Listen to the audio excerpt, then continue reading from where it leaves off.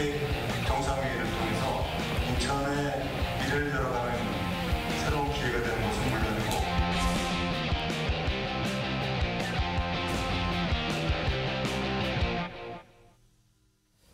네, 내년 11월 우리나라에서 열리는 이 에이펙 정상회의를 놓고 여러 지자체가 지금 유치 경쟁 중입니다. 네, 유치전에 뛰어든 유정복 인천시장 스튜디오에 모셔서 자세한 이야기 직접 들어보도록 하겠습니다. 안녕하십니까? 네, 안녕하세요. 자, 2025년 에이펙 정상회의 개최 후보 도시들에 대한 외교부의 현장 실사와 유치 계획 설명회가 끝나고요. 이제 6월 중에 선정 발표만 앞두고 있습니다. 제주, 경주, 인천이 지금 경쟁 중입니다.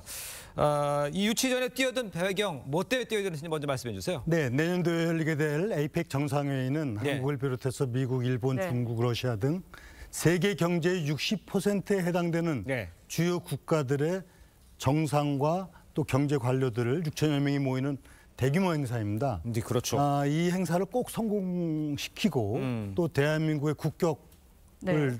높이고 또 미래로 가기 위한 성장 동력을 만들어가기 위해서는 예. 그야말로 최적의 도시가 해야 되고 그것이 바로 인천이다. 이렇게 자신 있게 얘기를 드리겠습니다. 네, 유치계획 설명에서 직접 시작해서 발표도 하셨는데 인천시만의 강점이 있다면 어떤 게 있을까요? 네, 무엇보다도 대회를 성공적으로 치러야 되지 그렇죠. 않겠습니까? 예. 그러면 그렇게 하기 위한 최소한의 기본적인 요건, 회의장, 호텔, 숙소, 그다음에 공항, 안전성 이 부분에 대해서는 뭐 비교 불가능한 완벽한 여건을 갖고 있는 것이 네. 인천시다. 이건 뭐 누구도 인정을 합니다. 예. 그래서 이런 완벽한 조건을 갖고 있는 도시하고 못 치를 건 없다. 우리도 할 수 있다 하는 거하고는 아하. 이건 비교가 안 되는 겁니다. 예. 이것이 첫 번째고 두 번째는 이 에이펙 정상회의를 통해서 뭔가를 얻어내야 되지 않습니까? 그렇죠. 그것은 바로 대한민국이 얼마나 경제협력의 중요한 국가인가를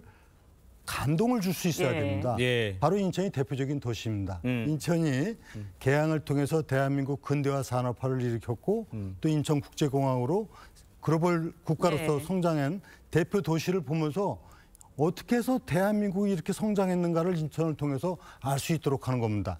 중요한 건 미래로 나아가는 부분인데 이 부분에 있어서 에이펙은 바로 경제협력이라고 하는 주 목적이 있기 때문에 예. 이 목적을 이해시키고 감동 주는데 최적의 도시다 하는 부분에서 인천이 강점이 있다는 것은 이건 뭐 분명한 사실입니다. 예, 네. 알겠습니다. 시장님 얘기하신 거 보니까 경쟁력에 있어서는 인천이 네. 넘버원이다 이렇게 얘기하시는 것 같은데 일부에서는 네. 이게 이제 지역 균형을 생각을 해서 다른 네. 지역에 하는 게 좋지 않겠냐 하는 지적도 있거든요. 거기에서는 어떻게 반박하시겠어요? 네, 사실 균형 발전도 필요합니다. 예. 그런데 이 문제는 정말 모처럼 열리는 세계적인 경제협력체를 통해서 대한민국이 미래로 나가기 위한 그런 발판이 돼야 되는데 그렇죠. 단순히 국내 정치형으로 균형 발전 논리로 한다면 우리가 더 국격이 향상되고 예. 또 대한민국의 미래 성장 동력을 찾아갈 기회를 우리가 후퇴시켜서는 안 되지 않습니까? 네. 그런 의미에서 균형 발전에 대해서 부정하는 게 아니라 네네. 이 에이펙 정상회의는 대한민국을 위한 즉 인천이나 제주나 경주를 넘어서 대한민국을 위한 대화가 되는 것이 국민 전체를 위하고 나라를 위한 일이 아닌가 이렇게 생각하고 그 대한민국의 성장 발전하면 바로 균형 발전은 그 틀 안에서 이루어지는 것이죠. 예. 알겠습니다. 네, 인천시가 이제 에이펙을 유치하게 되면 인천 시민들에게도 기대되는 점들이 좀 있을 것 같습니다. 어떤 이점이 있을까요? 그렇죠. 우선 직접적인 건 경제 효과가 그렇겠죠. 있겠죠. 예. 그건 경제 유발 효과뿐만이 아니라 예. 또 고용 창출 이런 부분에서 상당한 효과가 있게 되고 무엇보다도 저는 강조하는 것은 네. 도시 브랜드라든가 네. 대한민국의 국격 향상을 통한 국가 발전에 이바지한다. 이것을 정말 강조하고 싶은 거거든요.